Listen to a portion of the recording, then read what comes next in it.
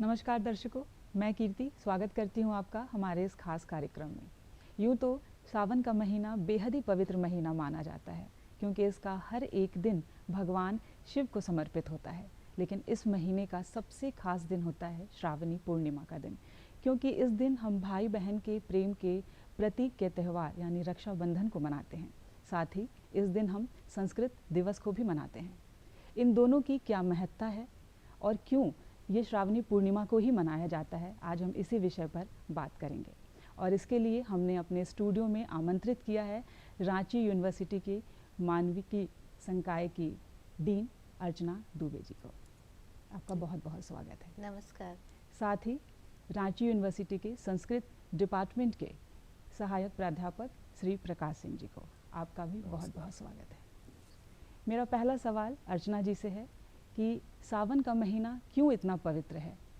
इसमें शिव की आराधना भी करते हैं और श्रावणी पूर्णिमा की क्या महत्वता है?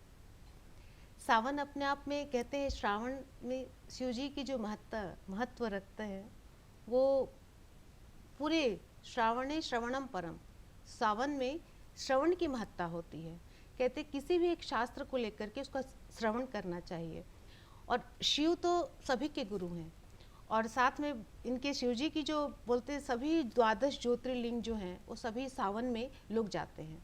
पर सावन में शिव जी की ही पूजा क्यों की जाती है? क्योंकि ये चातुर्मास जो चलता है उसमें विष्णु जी शयन करते हैं, तो ये सारा जो पालन है उस समय पालन और पोषण का कार्य शिव जी संभालते हैं। इसीलिए मानो जो है उस समय पूरी धरती पे बम बम भोले की नारा लग जाती है और 12 ज्योतिर्लिंगों के लोग दर्शन के लिए जाते हैं। सौराष्ट्रे सोमनाथम च श्रीशैले मल्लिकार्जुनम उज्जैन्याम महाकालम ओंकारम ममलेश्वरम परल्यां वैद्यनाथम च डाकिन्यां भीमशंकरम सेतु बंधे तु रामेशम नागेशम दारुकावने वाराणस्यां तो विश्वेशम त्र्यंबकम गौतमी तटे हिमालये तो केदारम घुष्मेशम च शिवालये एतानि ज्योतिर्लिंगानि सायं प्रातः पठेन्नर सप्तजन्म कृतं पापं स्मरणेन विनश्यति। तो ये 12 ज्योतिर्लिंग के नाम का स्मरण करते हैं तो हमारे समस्त पाप जो हैं वो नष्ट हो जाते हैं। और साथ ही एक बात बता दूं कि श्रावण में हर एक की तिथि होती है। जैसे आप कहे पूर्णिमा की जो देव हैं वो चंद्र देव हैं। सभी की अपने अपने, नवमी की दुर्गा माता है, अमावस्या, हर एक तिथि के अपने अपना महत्व रखता है। तो शिव का जो पूरा परिवार है, जैसे भी सावन में शिव की और भाद्रपद में गणेश चतुर्थी आती है, तो पूरे परिवार का ही उनका अलग अलग चलेगा। और आप देखेंगे शिव मंदिर में तो पूरे सबसे पहले आप योग साधना में जब देखते हैं तो आप प्रवेश जब करेंगे तो नंदी देखेंगे तो उनके जो यम है वो उनके गण लोग हैं। उसके बाद नंदी जो हैं अष्टांग योग में यम आसन में नंदी आ जाएंगे। इसी तरह से आप देखेंगे कछुए के रूप में है तो सबके धारणा के रूप में सर्प आ जाएंगे, और ध्यान में पार्वती आ जाएंगी, प्रत्याहार में गणेश जी आ जाएंगे, प्राणायाम में हनुमान जी आ जाएंगे, और समाधि में शिव जी आ जाएंगे। और यहाँ तक कि विष्णु जी भी इस समय शिव जी की पूजा करते हैं, शयन करते हैं पर पूजन करते हैं सहस्त्र कमल दल से। एक कमल यदि उन पर कम हो गया था तो उन्होंने क्या किया, अपने नेत्र निकाल करके, नेत्र को भी कमल कहते हैं, तो नेत्र को निकाल करके पूजन करने लगे थे। तो ये सब मुख्य रूप से आप देखें तो समस्त दुरित विनाशक जो है वो शिव है। भगवन महानट रे दुरित विनाशक रे शिव मृड भवत्वं पाहि कृत्तिवासः सोमनाथस्त्वं वाराणसीस्थ सोमनाथस्त्वं वाराणसीस्थ करोति अर्चना अर्चनेयम। तो ये पूरा समस्त जो है, यहाँ तक कि आप कहते हैं शिव जी की जो आराधना करते, आरोग्यम भास्कर आदि क्षेत्र श्रियम इक्षेत हुताशनाथ ज्ञानम महेश्वरात इक्षेत मोक्षम इक्षेत जनार्दनाथ। तो यदि हमें ज्ञान की इच्छा है और तो हमें महेश की पूजा करनी चाहिए।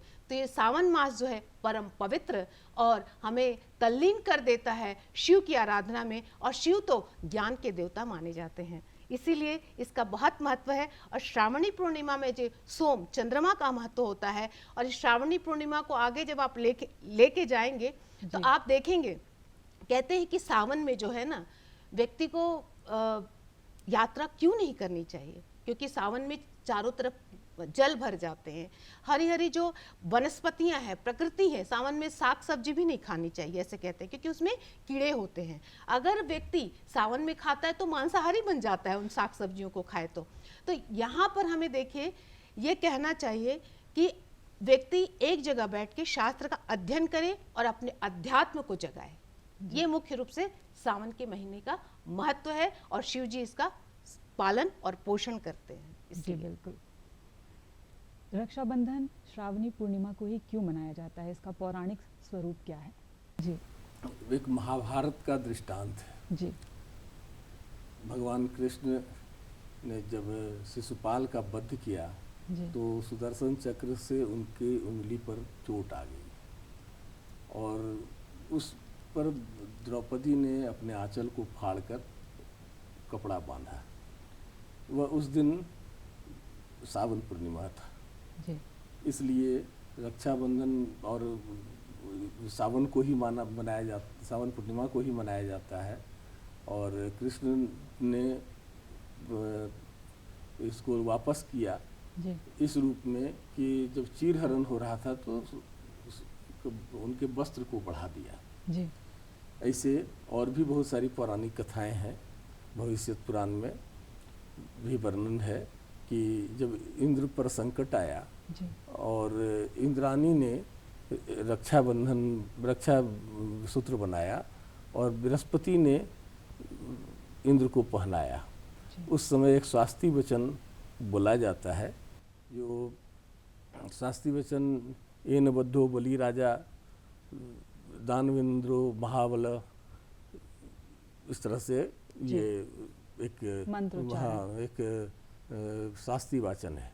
ऐसे रक्षाबंधन हमारे भारतीय परंपरा में सभी उत्सव में रक्षाबंधन किया जाता है। हर पूजा पाठ, हर उत्सव में रक्षाबंधन किया जाता है। लेकिन रक्षाबंधन का मूल जो है वो सावन पूर्णिमा, चूँकि वही महाभारत की कथा को ही माना जाता है।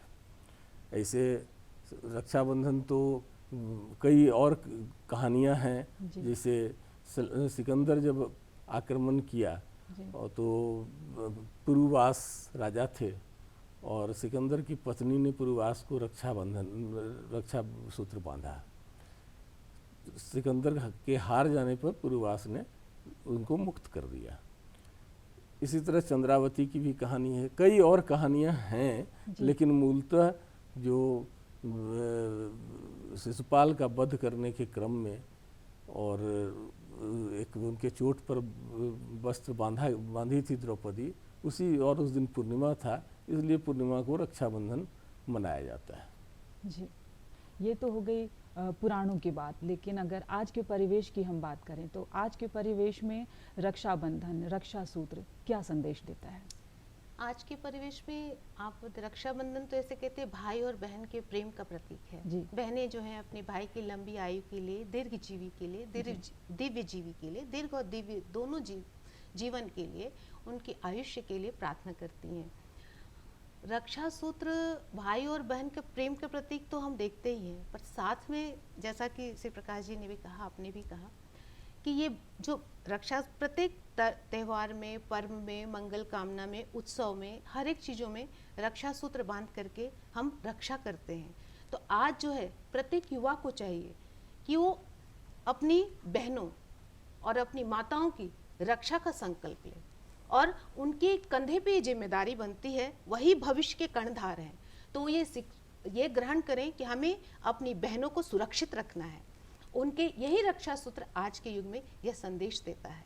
प्रेम का प्रतीक तो है ही, स्नेह का प्रतीक है, और प्रत्येक बहनें इस दिन अपने भाई को प्रेम से रक्षा सूत्र भी बांधती हैं और मिठाई भी खिलाती हैं। और इसके साथ ही भाई जो है उस दिन हक से अपने उससे मांगती भी अधिकार से कि हमें उपहार दीजिए। उपहार ऐसा कहते हैं कि उस दिन अगर नहीं देते हैं भाई तो कहते हैं भाई दरिद्र होता है। ये तो कल्पना है, ये तो भाई का प्रेम है, और बहनें जो है अपने अधिकार से भाई से वो कुछ मांगने का अधिकार रखती हैं। ये तो स्नेह का प्रतीक है। ये जो रक्षाबंधन है वो सभी की रक्षा करने का संकल्प लेता है। जी, पौराणिक काल से ऐसा कहा जाता है कि श्रावणी पूर्णिमा को ही जनेऊ बदलने की परंपरा है, ऐसा क्यों?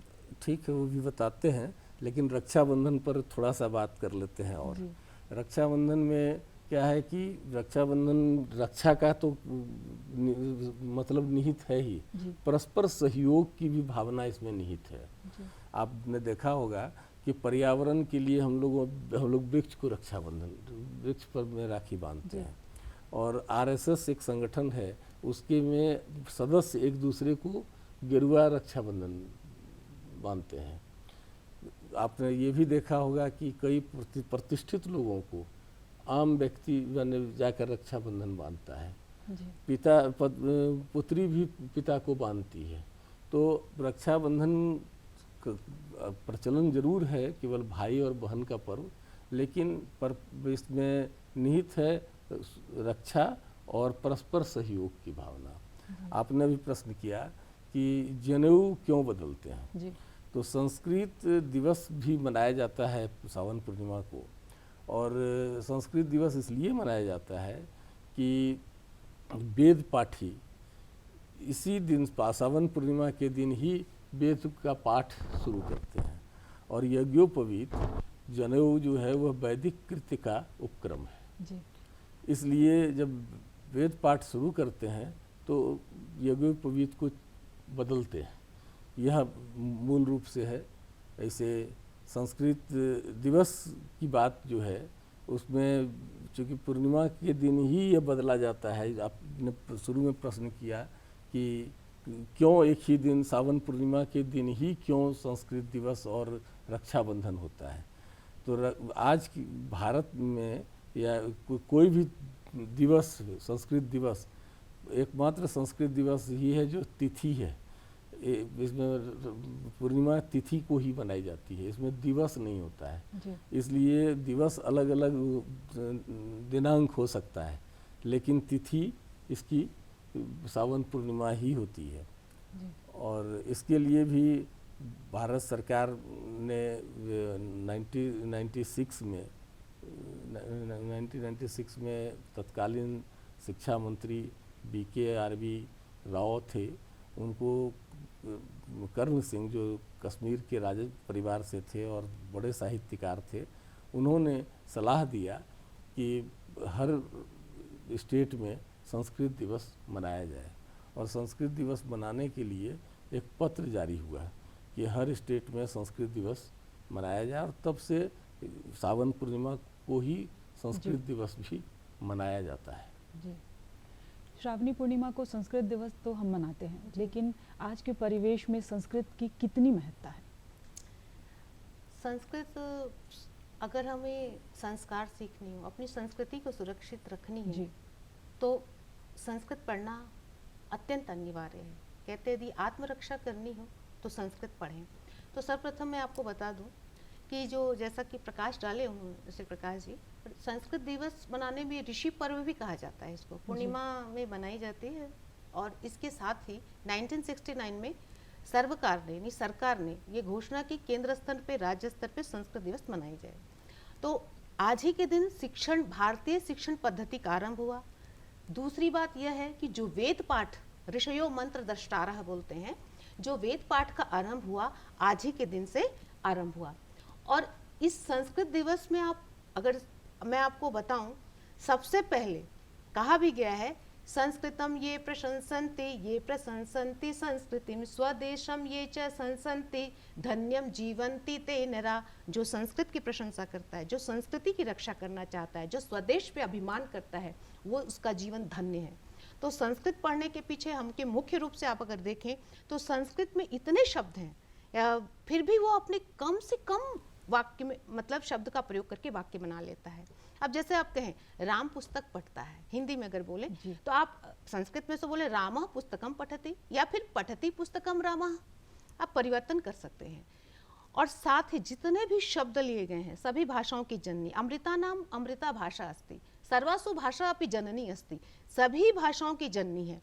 एक एक शब्द अगर देखें, चाहे वो जनजातीय भाषा हो, चाहे किसी भी, बंगला देखें, मुंडारी देखें, या फिर गुजराती में देखें, मातृ शब्द किससे, मातृ संस्कृत का मदर, हम कहते हैं। इसके साथ ही आप देखें गुजरात में अगर पवन बोलते हैं, बहुत सारे ऐसे शब्द गुजराती के मिलते हैं जो संस्कृत के हैं।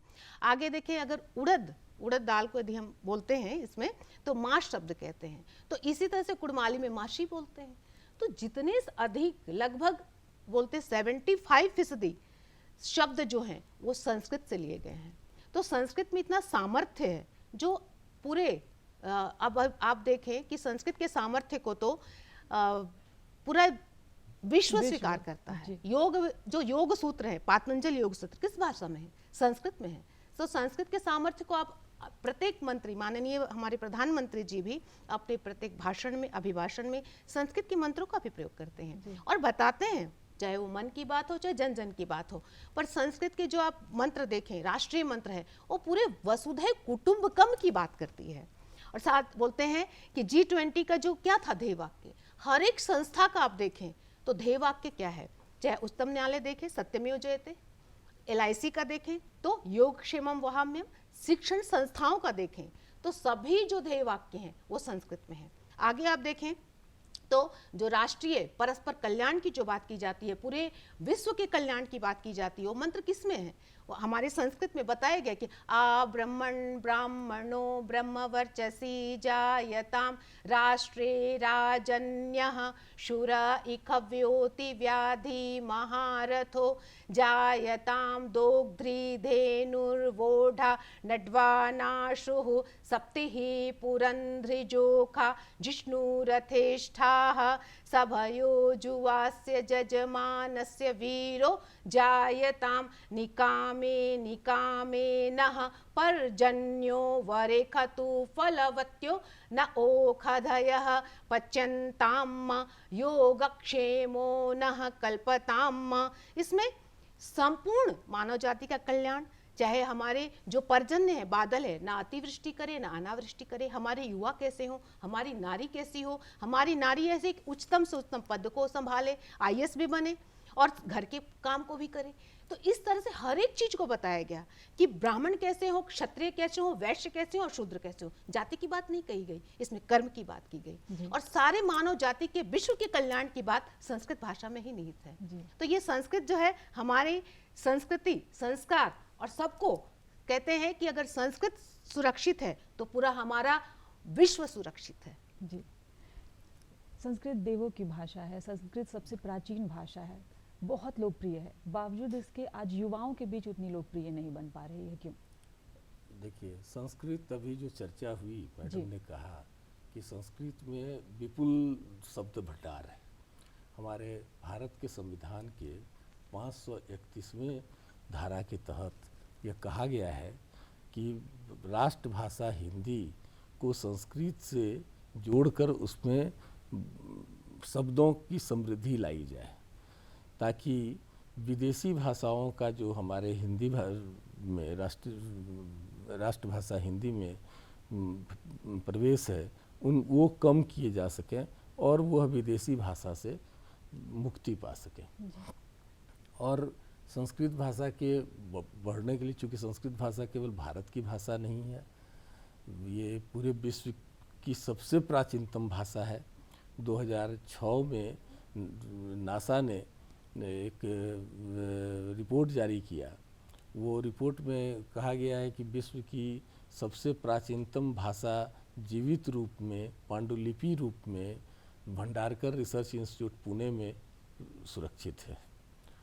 इसलिए संस्कृत पूरे विश्व की भाषा है, विश्व की सबसे प्राचीनतम भाषा है और हमें संस्कार को बचाने के लिए, संस्कृति को बचाने के लिए अब संस्कृत का सहारा लेना ही होगा। जी। पूरे राष्ट्र स्तर पर संस्कृत भारती नाम से एक संस्थान है, उसके झारखंड का मैं ट्रस्टी हूँ और यहाँ पर उसके महानगर प्रमुख भी हूँ। तो लगातार संस्कृत संभाषण शिविर, संस्कृत बोलचाल का प्रयास, इसके लिए आयोजन, कार्यक्रम का आयोजन और संस्कृत में प्रतियोगिताएं आयोजित की जाती रही हैं। जी। और मैं कम से कम संस्कृत में हूँ, इसलिए यह अपना सोच कर चला हूँ कि आजीवन संस्कृत के बढ़ने के लिए जो कुछ भी हो पाएगा वो मैं करूँगा। जी। और संस्कृत संस्कृत दिवस के रूप में तो है, संस्कृत सप्ताह भी मनाया जाता है, प्रचार प्रसार हो रहा है और धीरे धीरे लोग इसको महत्व दे रहे हैं। टाइम लगता है क्योंकि बहुत सारी विभिन्नताएं देश में रहीं, यह देश बहुत दिनों तक गुलाम रहा, पुरानी संस्कृति नष्ट होती चली गई, तो उसको फिर से पुनर्जीवित करने के लिए बहुत सारे लोग लगे हुए हैं, कोशिश कर रहे हैं। तो उसका निश्चित रूप से विकास होगा, लोकप्रिय और उसके विकास के लिए कई कदम उठाए जा रहे हैं। कई ऐसे राज्य भी हैं जहाँ कई ऐसे क्षेत्र हैं जहाँ पर संस्कृत भाषा ही बोली जाती है। अगर हम केरल की बात करें तो मुत्तुरु एक गांव है जहाँ पर सिर्फ संस्कृत में ही लोग बात करते हैं। क्या ऐसा अन्य भी कई और भी कई राज्य हैं, वहाँ के क्षेत्र हैं जहाँ पर ऐसी भाषा बोली जाती है? जैसे आपने कहा मुत्तुर ग्राम है उत्तर कर्नाटक, और मध्य प्रदेश में झीरी ग्राम है, और बहुत जगह उत्तराखंड में संस्कृत अनिवार्य कर दिया गया है, अनिवार्य विषय के रूप में। गुजरात जो बोर्ड है उसमें संस्कृत अनिवार्य किया गया है। तो बच्चों को जो न्यू जो है, अगर प्राथमिक से ही अगर उनको संस्कृत अनिवार्य विषय के रूप में कर दिया जाए तो न्यू जब मजबूत होगी तो अपने आप ही आगे का जो बोलते हैं जड़ मजबूत हो, न्यू मजबूत हो, तो वृक्ष अपने आप फलदार होंगे। तो बहुत जगह अनिवार्य संस्कृत किया जा रहा है और सरकार भी प्रयास कर रही है। और बहुत स्थल पे आप देखें तो आप जैसे अभी सैनिक जो है, सैनिक में धर्म गुरु का पद है, जिसमें कि आप जाकर के उसमें संस्कृत जो वेदों के ज्ञाता हैं, मंत्र के ज्ञाता हैं, वहाँ पे धर्म गुरु का पद है, वो उसको सुशोभित कर सकते हैं।